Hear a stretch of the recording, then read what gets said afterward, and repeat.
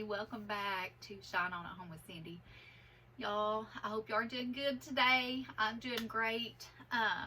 Hadn't done much today on this boat today, you guys. Got up, drank my coffee. Just did a little bit this morning. I hadn't even made my bed. And y'all, when I'm here by myself, I just sleep on this side. So the bed's pretty easy to make, you know, when I'm by myself. But I'm looking forward to my husband. He's going to be here this afternoon.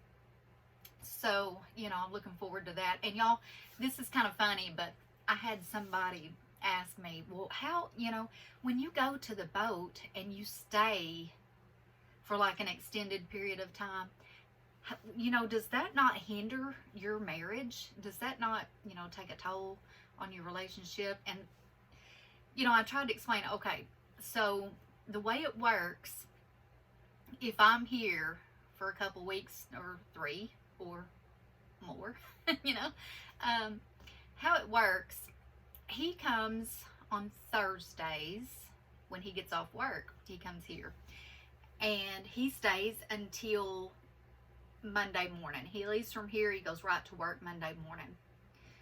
So Tuesday and Wednesday I'm by myself, but he's back Thursday. So, you know, it's just 2 days. It's not like I'm just totally abandoning everything and just coming here and being alone for, you know, weeks by myself. But I have been totally alone. It feels like I've been, you know, because there's nobody here. There may be a couple on the other end of the dock, but they're probably like me, you know, and just stay to themselves. And you know, it's cold. It's been real cold out, so you can't really get out and mingle, you know, like in the summertime. Everybody is taking boat rides together and or floating. We'll pick a boat and everybody will just go out behind their boat and float and chit chat and just spend half a day, and then usually take a sunset cruise and come back and grill some food. And you know, that's kind of how it is in the summertime. But so anyway, y'all, I'm just really checking in with you guys. I do have something in the crock pot I'm gonna share with y'all here in a minute. But I do need to make this bed up. I wanted to mention something to anybody that's watching. I don't know if y'all watch this channel. I've watched it for years and years, no joke. It's a wonderful couple. It's called Our Tribe of Many. Okay, she put a video out where she was interviewing this lady, one of her best friends. A tragedy happened in her family, and she wanted to get her story out there. It was one of the worst things imaginable that happened to her family. And what has happened, well, she had a child that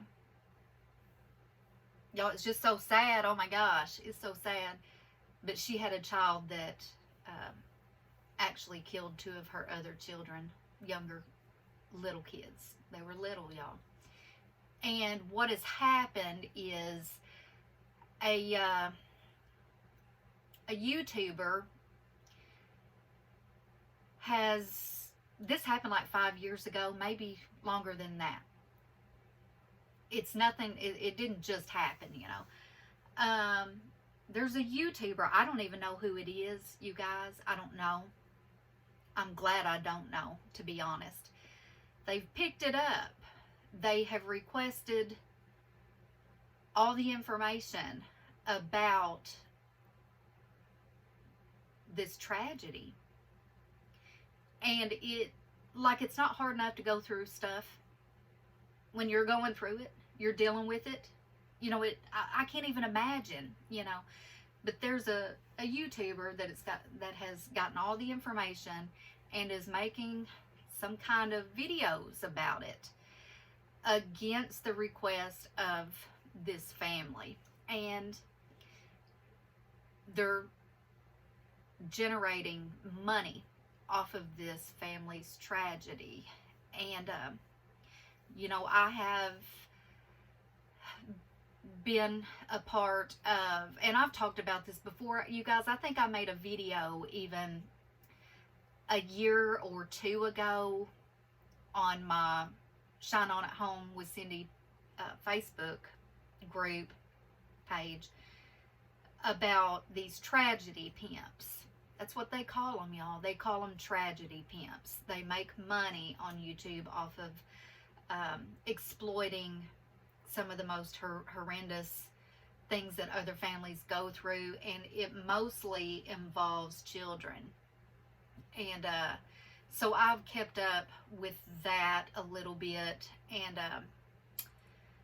it's sad, and I really wish YouTube would get a hold of this and shut these people down, because I can't imagine this family, you know, what they're going through and having their tragedy exploited, especially when it involves kids. So anyway, y'all, that interview is on the YouTube channel called Our Tribe of Many. They don't know me, but I know them.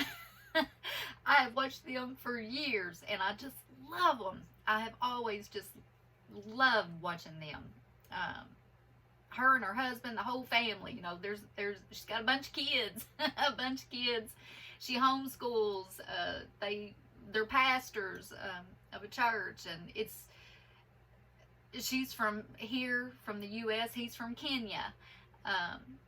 And I just love keeping up with them. But anyway, I want to throw that out there for you guys if you're interested in watching the interview that she gave to her viewers with this good friend of hers. And anyway, y'all, I felt the need to put that out there, so I did.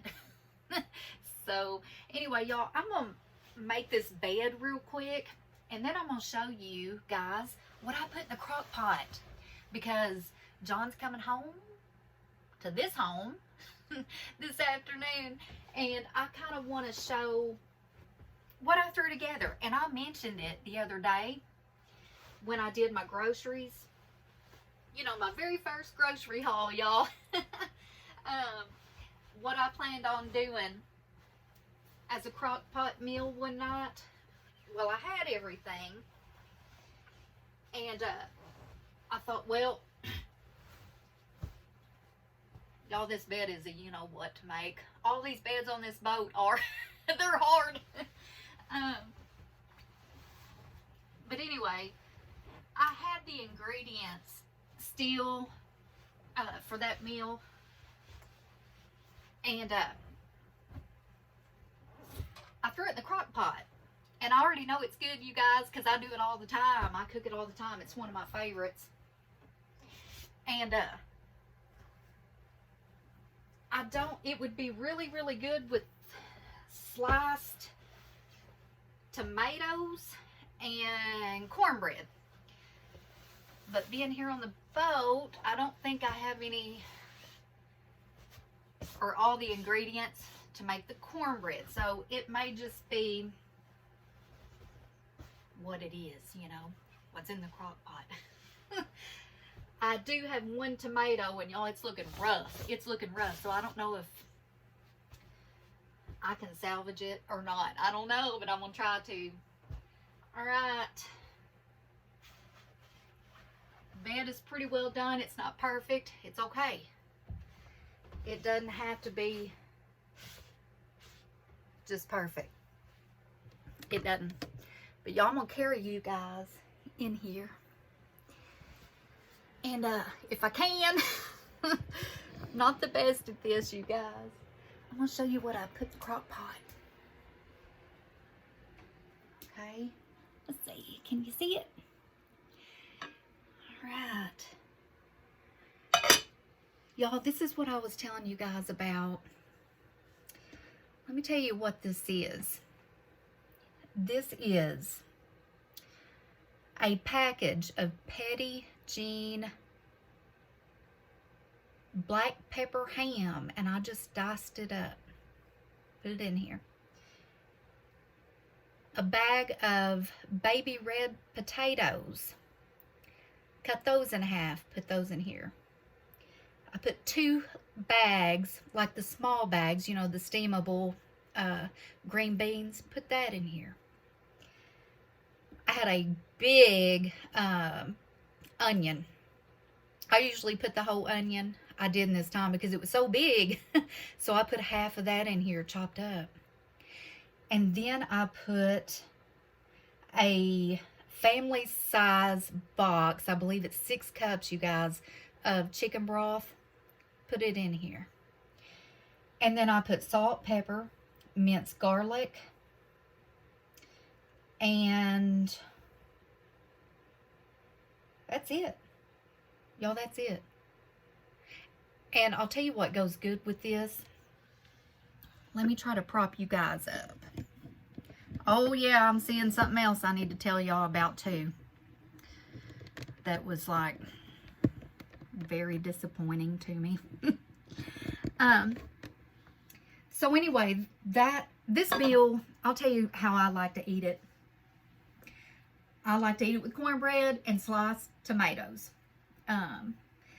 It's just a great meal. You throw it in the crock pot. Y'all, I messed up putting this together. A little cutting board when I was slicing that ham, and a knife. And you know, I used the same cutting board. I rinsed it off, used it to slice my potatoes. So yeah, that's the only dirty dishes I had from it, is that little cutting mat. It's not even a cutting board, it's cutting mat, you know, when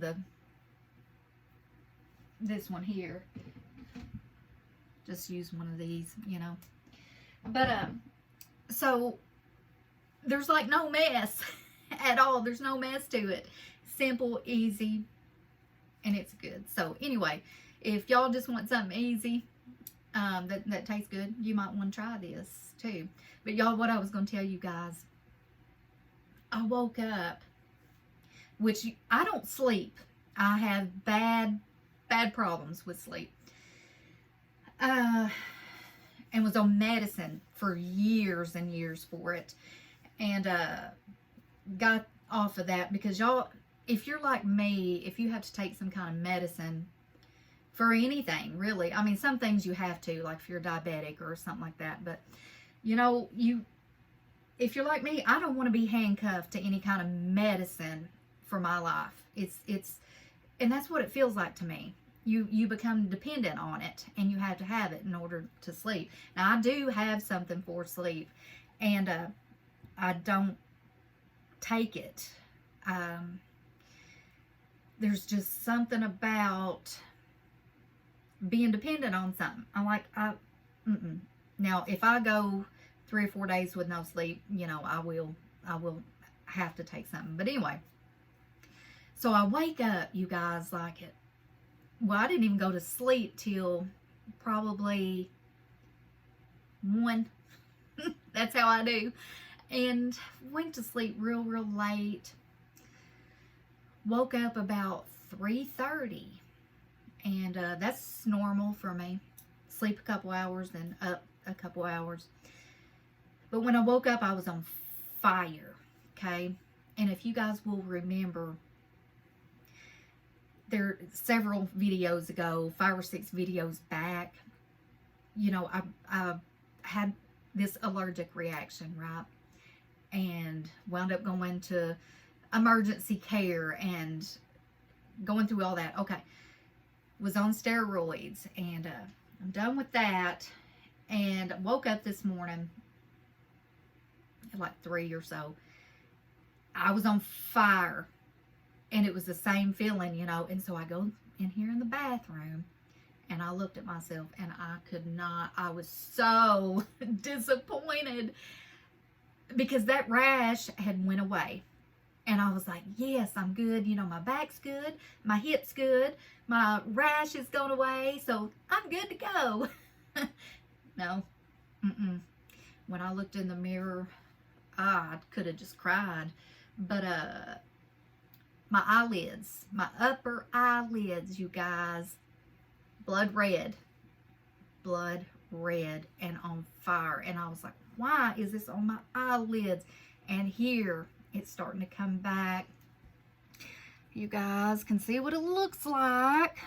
See, it's coming back. And you know, it itches, it's on fire, and it will move around.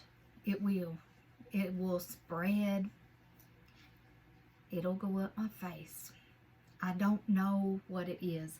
So, you know, once it cleared up, you know, I had made a dermatologist appointment because y'all have skin problems anyway. You know, I take Humira for psoriasis. This isn't that though. But I thought, what better place to go than my dermatologist to figure out what is going on in my body that would make it. And it's just right here. It's nowhere else, you know. So, once it cleared up, you guys, I almost canceled that appointment on the 19th because I thought, well, I don't need to go now. I'm good. It's gone. I'm so glad I didn't. I'm so glad I did not cancel it. So that's still on, and I'm going to go and I'm going to see what he says. And hopefully he's got some good ideas and he will fix me up and this will be over and done with, I hope. Because it seems like when it comes out, it just lingers around for like, you know, weeks, and I can't, there's nothing I can do about it. It's kind of painful. You know, at first I thought it was shingles, but it wasn't. So heck, I still don't know what it is, y'all. But I'm going to get it checked out. I'm glad I didn't cancel that appointment. I'm going to get it checked out. Anyway, you guys, the temp today here is supposed to be like, I think, well, y'all, it's 60 degrees right now. It is 60 degrees. So even if it doesn't get any warmer than 60, that's good. That's okay with me. This is going to be a good day for me to go outside, sit outside, get some sunshine, and not freeze my booty off, you know, because I don't have a coat here. So I have some sweatshirts, but I don't have a coat. So this is going to be a good day for that. So anyway, you guys, I'm going to wrap this up, and hope you're having a good day, and I hope you're shining on to somebody today. It don't matter who, you guys, it don't matter. Just do it. Anyway, talk to you guys soon. Bye-bye.